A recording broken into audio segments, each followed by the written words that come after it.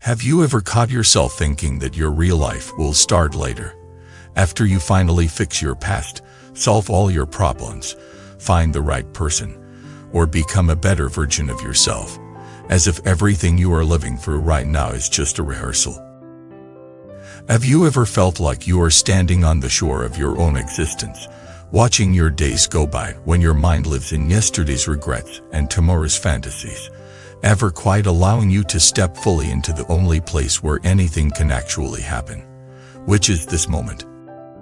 Welcome back, my friend. Let us sit down together and talk honestly, quietly, deeply. You do not need to pretend here. You do not need to perform. It is long sharing is meant to be something you could close your eyes and listen to, like a companion walking beside you at dusk, talking about the things that lie under the surface of your routine. We are going to explore something that sounds too simple to be powerful, and yet, if you actually live it, will quietly rewire the way your destiny unfolds. It is this: at every moment, you have a choice between living in a story about your life and living in your actual life. The story almost always drags you into the past or pushes you into the future. Your actual life is always here, in this breath, in this body, in these sensations, in this one decision you are making right now. On paper, we'll already know this. Every quote on social media tells you to be present, live in the now, seize the day. But in real life, most people are experts at doing the opposite. They physically sit in a chair, but mentally they are replaying an argument from last week. They physically eat lunch, but mentally they are already at tomorrow's meeting. Their body moves through hours and days. Their mind runs on a track they cannot seem to step off. So why is it so hard to live here? And what does any of this have to do with karma, fate, spiritual practice, or genuine peace of mind? So open this up. Imagine you are watching a movie about your life. The film begins with your childhood. Certain scenes burn more brightly than others. A day someone praised you. A day someone humiliated you. A day your parents fought, and you thought it was your fault. A day you failed an exam. A day you were left out by your friends. As the movie continues, these moments turn into themes. If you were often ignored, a quiet storyline forms inside. I am not important. If you were often criticized, another storyline forms. I am never enough. If you are frequently abandoned, a third storyline appears. People always leave. These storylines are not evil. They are attempts by your young mind to make sense of pain. The problem is that your mind does not simply label them and move on. It clings to them as if they were the truth. Fast forward to the present. You are at work. A colleague walks past you without saying hello. Instantly, the old movie starts playing. I am not important. In your nervous system, this small event lights up the same neural pathways as childhood neglect. It is as if the film projector switches from the present scene to a frame 10 or 20 years in the past. The emotion you feel is much larger than this small situation merits, because you are not reacting only to now. You are reacting to every other time you felt unseen. This is what it means to live in the past without realizing it. The past is not just a memory you consciously choose to revisit. It is a lens that colors how you see everything. It tells you who you are allowed to be, what you can expect, what you should fear. On top of this, there is the future. Think of how many hours of your life have been spent in imaginary futures. Not just practical planning, but full sensory rehearsals of disaster or fantasy. You sit in the shower and stage an entire scene where your boss fires you, and you go home ashamed. You walk down the street and act out a fight with your partner that has not happened. Words and tears and slime tours, all inside your imagination. You lie in bed and build a future where you are finally successful, admired, wealthy, and all your current problems vanish. In both the nightmare future and the dream future, your body reacts, your heart rate changes, your muscles tense or relax. Chemicals flood your brain. In a very real sense, you live those futures before they happen, sometimes thousands of times. None of this is a moral failure. It is what human minds have been doing for thousands of years. But it has a cost. The more time you spend locked in these mental movies, the less energy you have for the only place you can actually do anything this moment. You might be thinking, that sounds nice, But reality is cruel, and do not have the luxury of just living in the present. Have a past full of mistakes and trauma. Have a future full of bills and responsibilities. Let us be clear. Living in the present does not mean denying your past or ignoring your future. It means shifting your center of gravity. It means that when past and future appear, they appear within your awareness instead of hijacking it. It means that the past is seen as information, not an unchangeable curse. The future is seen as possibility, not a guaranteed nightmare or fantasy. To understand what this shift looks like, imagine two different people facing the same external situation. Both lost their jobs unexpectedly. The first person spends weeks thinking, "This always happens to me. Nothing ever works out. I knew I would fail." Their mind travels backward through every disappointment they have ever had, and forward into a bleak future where they are homeless, humiliated, and alone. Because they are so immersed in these movies, they do not see opportunities right in front of them. Friend offers help, but they interpret it as pity. Chance to retrain comes up, but they dismiss it as pointless. Their body is heavy, their eyes are dull, is blend together. The second person also cries, rages, and feels fear, to recall past failures and imagine future difficulties. But at some point, perhaps sooner, perhaps later, they sit down and breathe. They feel the floor under them, the air moving in and out of their lungs. They notice the swirl of thoughts and emotions and say internally, "This is grief, this is fear, this is anger." They do not try to block these feelings. They do not pretend to be positive. They simply allow themselves to be present with what is actually happening inside, not with what might happen or what happened years ago. After some time, maybe after many sessions of doing this, something inside loosens. Inside appears. You remember that this loss is not the first time life has surprised them. They recall that they have survived other hardships. They see small steps they can take now, updating a rhythm, asking for advice, taking care of their health. Externally, both people lost their jobs. Internally, one person built an entire prison out of past and future, then moved in. The other used the same raw materials to build a door out of the prison. That door is called presence. Presence is not passive. It is the most active part of you. It is the part that can notice your thoughts, feel your body, recognize your emotions, and still choose what to say or do next. From a spiritual perspective, you could say that living in the present is the technique by which karma is transformed. Karma is not some mystical punishment from outside. It is the momentum of your own mind and actions. If you always react from the same wounded place, you extend the same karma into the future. If you are aware of your wounded place and respond differently, even once, you are already bending your fate. Think of your life as a river. The past is upstream. Stones and branches have fallen into the water, shaping the way it moves. You cannot go upstream and remove every rock from your childhood or youth, but you can touch the water where your hand is now and gently guide it. Small movement here changes the curves downstream. The present moment is where your hand touches the river. Let us get very practical and personal.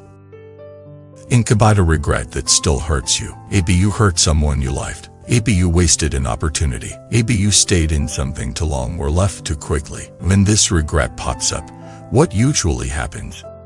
Often you either drown in it or push it away. If you drown, you relive the event with full emotional intensity. Your body tenses as if it were still happening. You say harsh things to yourself. "I am unforgivable. I ruined everything. There is no redemption." In this state, the regret is not teaching you anything. It is beating you. If you push it away, you distract yourself as fast as possible. Food, work, mice. Or regret is like a crying child in the next room, and you turn up the television so you cannot hear it. Presence is a third possibility. One evening, when you are relatively calm and not in the middle of a crisis, you deliberately invite the memory into your awareness.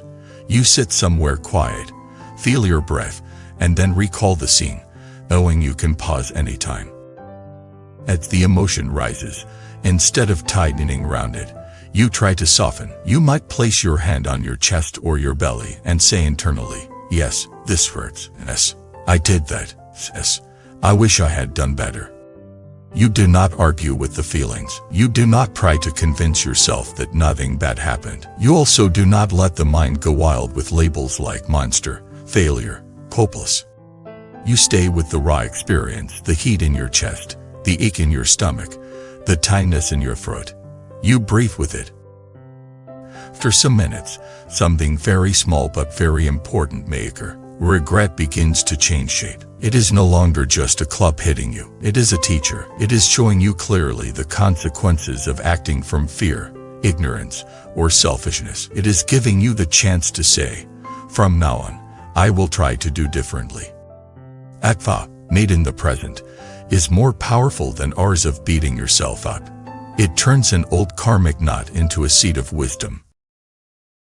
Think about your worry for the future. Worst worry is, in essence, a refusal to live in the uncertainty that is already here. You do not know if you will meet someone who loves you, if your project will succeed, if you will get sick or stay healthy, if your parents will be safe, if your savings will be enough.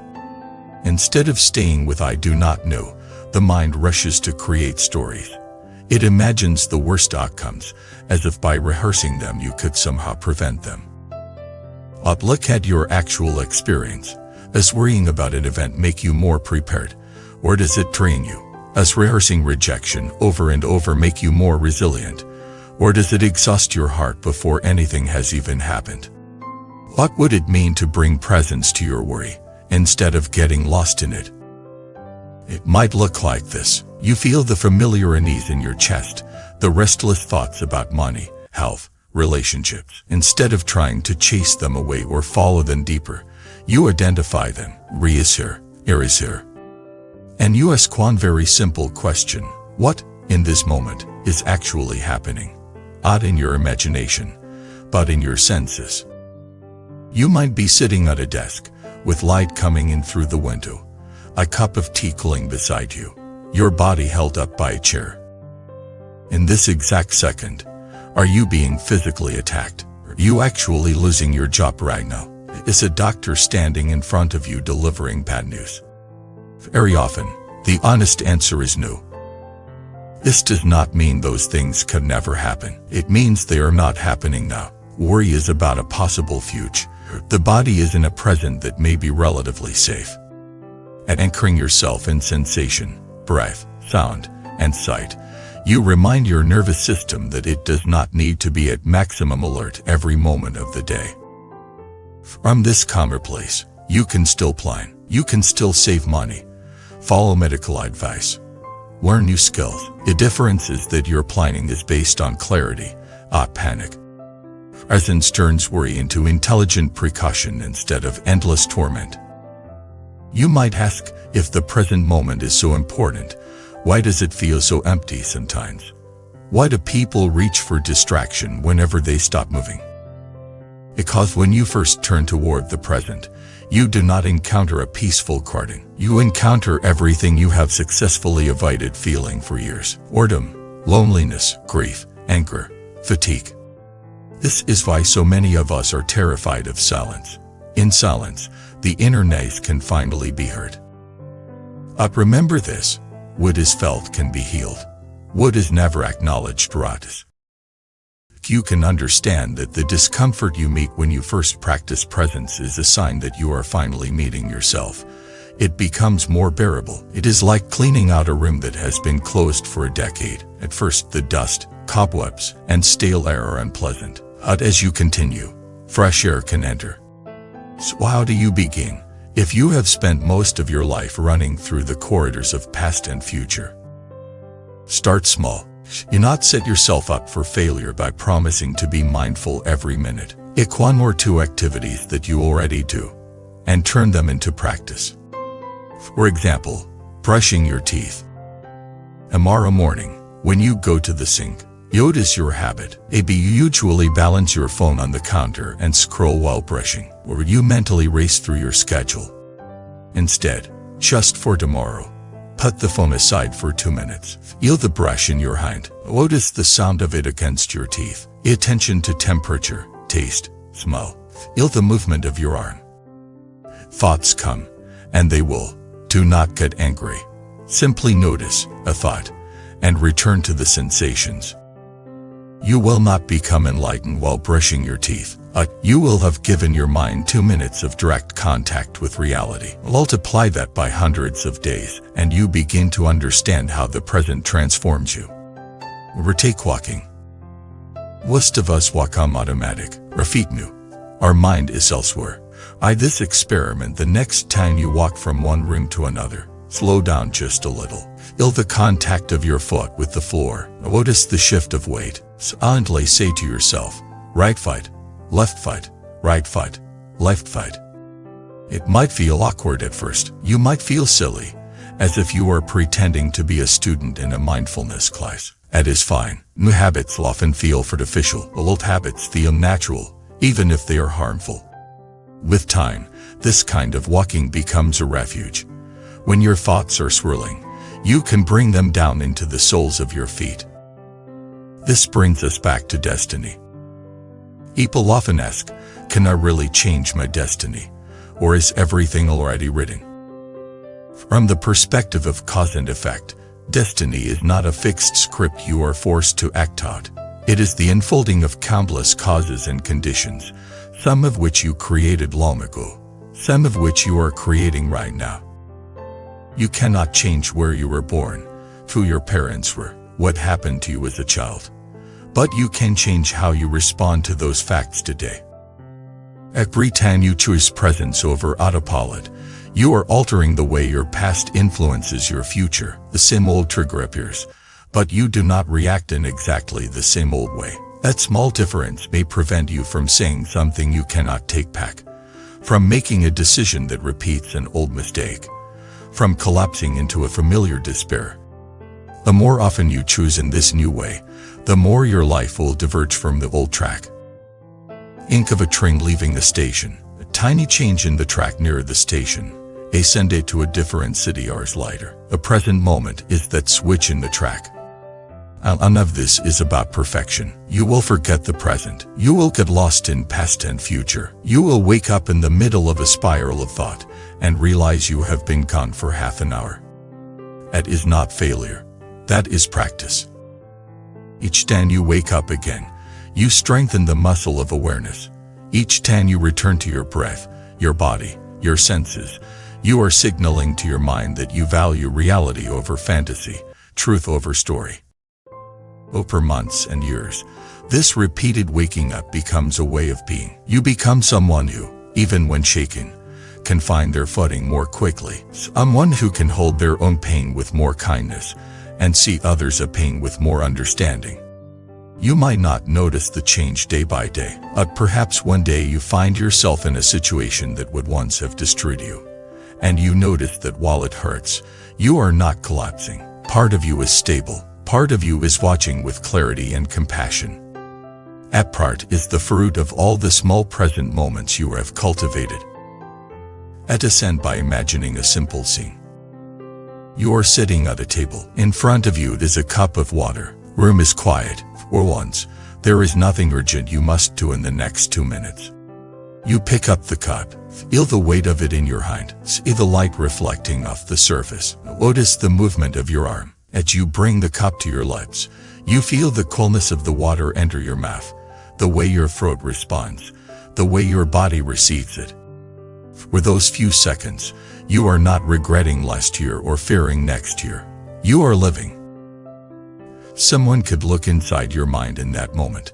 They would see not an empty, meaningless space, but a clear, bright field in which things appear and disappear. That clarity is your original nature.